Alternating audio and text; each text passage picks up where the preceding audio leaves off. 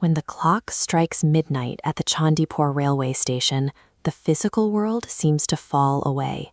There are no crowds, no city noises, and barely enough light to see the edge of the platform. Stepping into this vacuum is a single passenger named Sumit.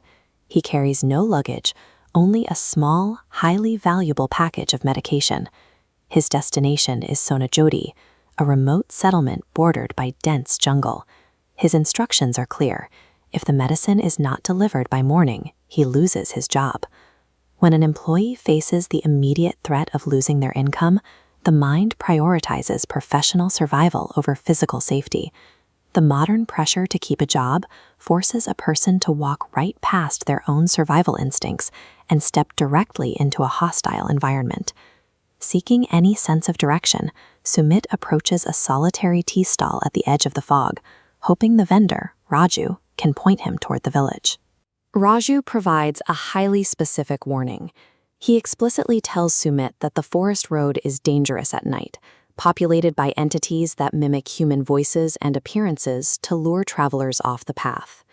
Sumit listens to the local lore, calculates the risk of losing his livelihood, and chooses to walk into the fog anyway. We routinely brush off primal warnings because mundane anxieties, like missing rent or getting fired, feel immediate and real. That financial fear creates a psychological blind spot, obscuring fatal danger until escape is impossible. Almost immediately, a dilapidated black auto rickshaw emerges from the darkness. The driver offers a ride with an eagerness that entirely contradicts the hostile, isolated setting. Inside the cabin, the temperature plummets. Sumit notices the driver isn't looking at the road, or even at Sumit's face. The driver's eyes are locked onto the rearview mirror, tracking the exact pocket where Sumit keeps the valuable medicine.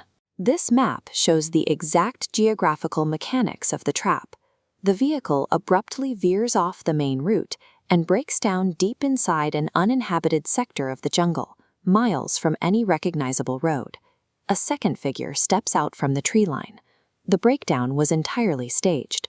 Sumit has walked directly into a coordinated ambush. The two men force Sumit out of the rickshaw and corral him toward a rotting, abandoned wooden structure hidden in the brush. At this exact moment, the rules of reality shift. Sumit has unknowingly crossed out of the physical world and into a meticulously designed supernatural hunting ground. The two men, entities named Bola and Kalu, shed their human disguises. These malevolent spirits haunt the specific woodland.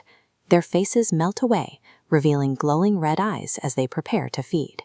The assault defies physics. Bola simply raises his hand, using telekinesis to rip Sumit off the ground and suspend him in midair, promising a slow, torturous death. Suspended and helpless, Sumit's mind shuts down. He closes his eyes, thinks of his family, and completely surrenders to the certainty of his own gruesome execution.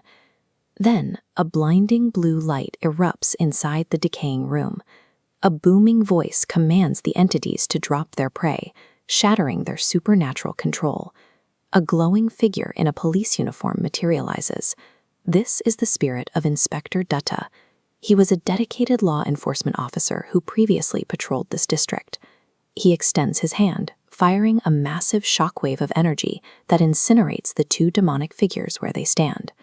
Dutta turns to the terrified courier, offering a calm assurance of safety before inducing a deep, protective sleep, shielding Sumit's mind from the trauma. The entities controlled this liminal space, but they were ultimately subject to a higher, unseen moral authority that actively polices the darkness.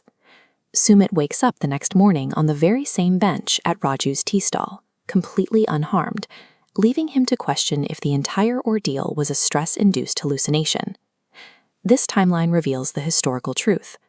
10 years ago, criminals Bola and Kalu murdered travelers in this forest. They cornered Inspector Dutta and burned him alive.